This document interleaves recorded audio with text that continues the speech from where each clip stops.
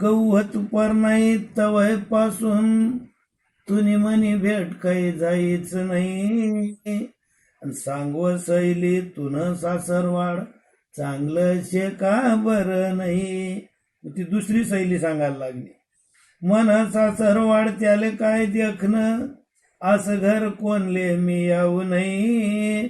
सासू सासरा शेत म्हणा जसा काही ठल रुखमाई. चेट म्हणा बाप जसा की जाव कथावनी याद नाही.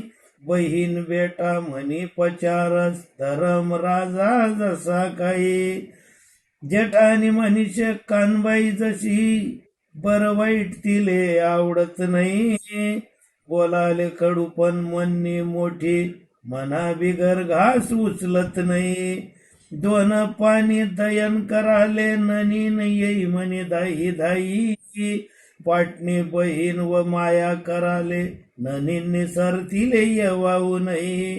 पाटणा बंधू देर तसा मना जरा बिमाले इसरत नाही. बाहेर दुनियामा मानतस त्यासले आवते भवते मना नाची गाई.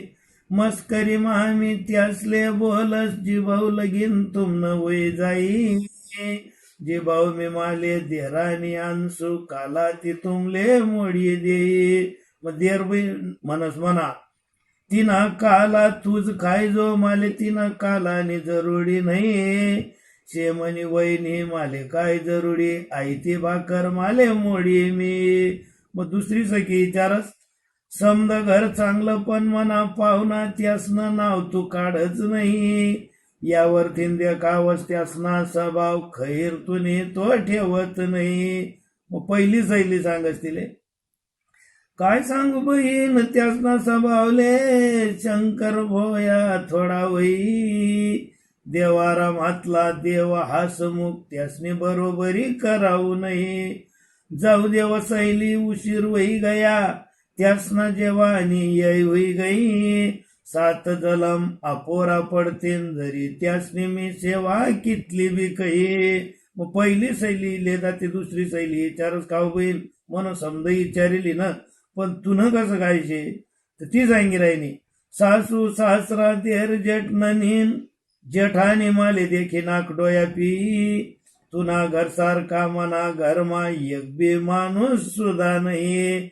पहिली शैली सांगत नाही बहीण असं अर्थच नाही. सोनाना गुण काही सवागीना गुण एक हातेवरी टाई वाजत नाही. घरमातला माणसे आपला कराले